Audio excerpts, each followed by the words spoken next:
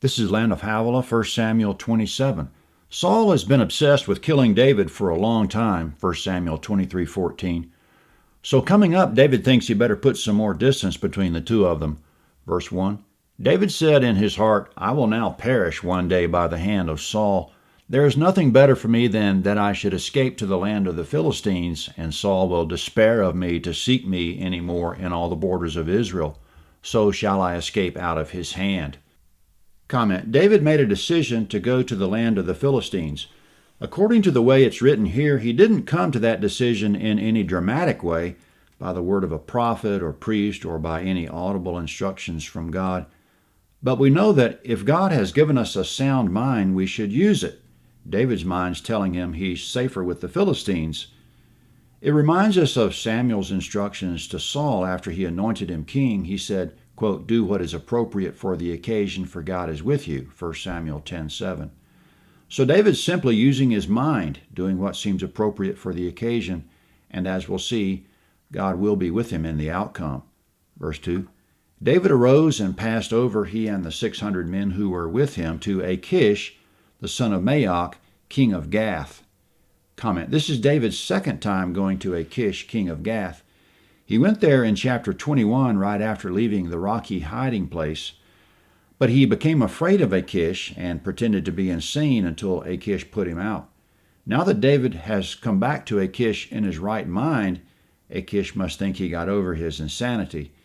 Gath is one of the 5 principal Philistine cities and Goliath's hometown. Verse 3. David lived with Achish at Gath, he and his men, every man with his household. Even David with his 2 wives, Ahinoam the Jezreelitess and Abigail the Carmelitess, Nabal's wife. Comment. David took his 600 men with him. It's a great challenge to take care of 600 men, especially for a vagabond like David on the run, but David's faithful to them as Christ is faithful to us. David has faith that God will take care of them all, including their family members, every man with his household, it says. Jesus said, quote, I will in no way leave you, neither will I in any way forsake you, end quote. So David could have run off by himself, but he's modeling Christ's faithfulness to us by not leaving his men behind in Israel. Otherwise, Saul might hunt them all down as traitors. All this is a continuation of the running allegory of David being a king in waiting and having followers, as Christ is a king in waiting and having followers. Verse 4. Saul was told that David had fled to Gath, and he sought no more again for him. David said to Achish, if now I have found favor in your eyes, let them give me a place in one of the cities in the country that I may dwell there. For why should your servant dwell in the royal city with you? Then Achish gave him Ziklag that day. Therefore Ziklag belongs to the kings of Judah to this day. Comment. David asked permission to live in a small country village. Again, he's just doing what seems appropriate for the occasion. He figures it's better to live in an out-of-the-way place so he's not so much of a nuisance, so he doesn't wear out his welcome. So Achish sent David and his group to Ziklag. This is good because David realizes that ultimately Achish isn't his friend either.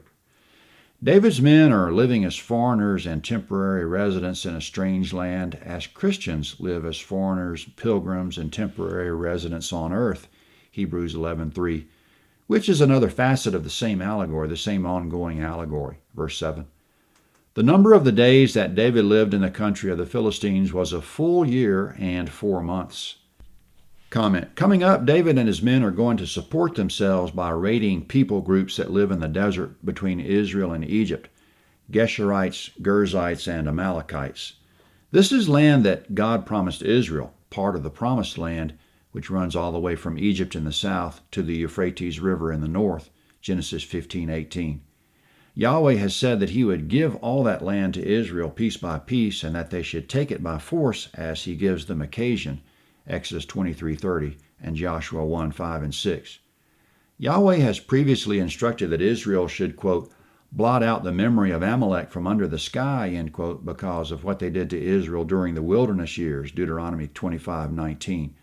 They attacked the weakest of the Israelites that were lagging behind. And in 1 Samuel 15, Yahweh instructed Saul to utterly destroy the Amalekites, but apparently he didn't get them all. So with regard to the Amalekites, David will be working on an unfinished job, and with regard to the Geshurites and Girzites, David will be exercising control over what Yahweh has already promised. Verse 8. David and his men went up and raided the Geshurites, the Girzites, and the Amalekites, for those were the inhabitants of the land who were of old, on the way to Shur, even to the land of Egypt.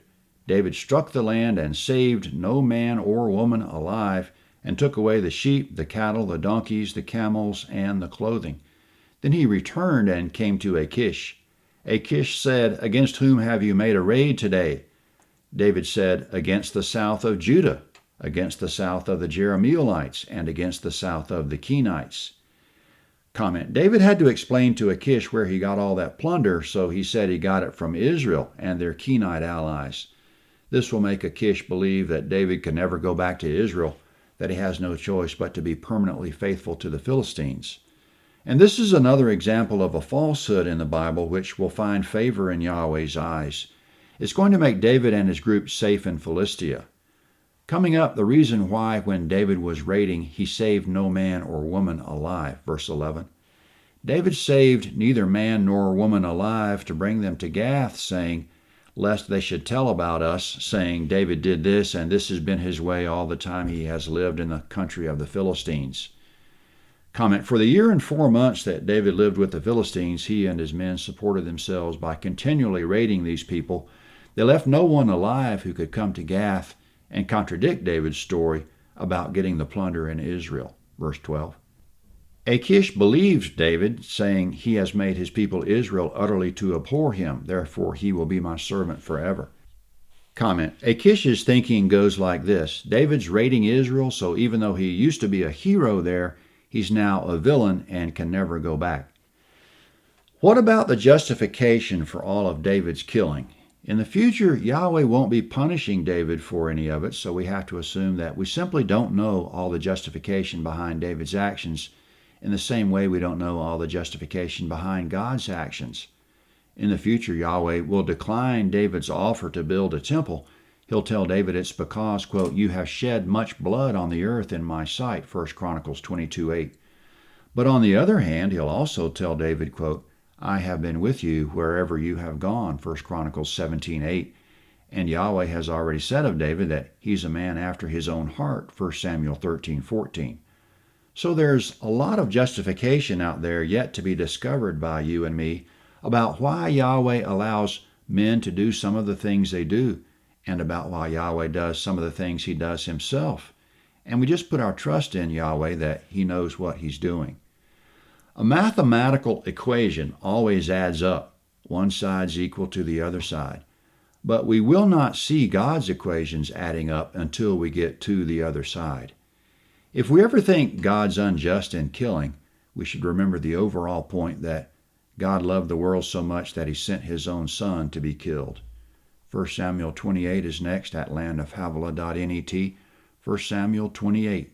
This is the map of 1 Samuel 27.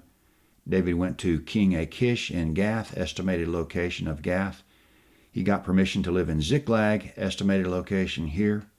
He raided in the desert between Israel and Egypt. 1 Samuel 28 is next.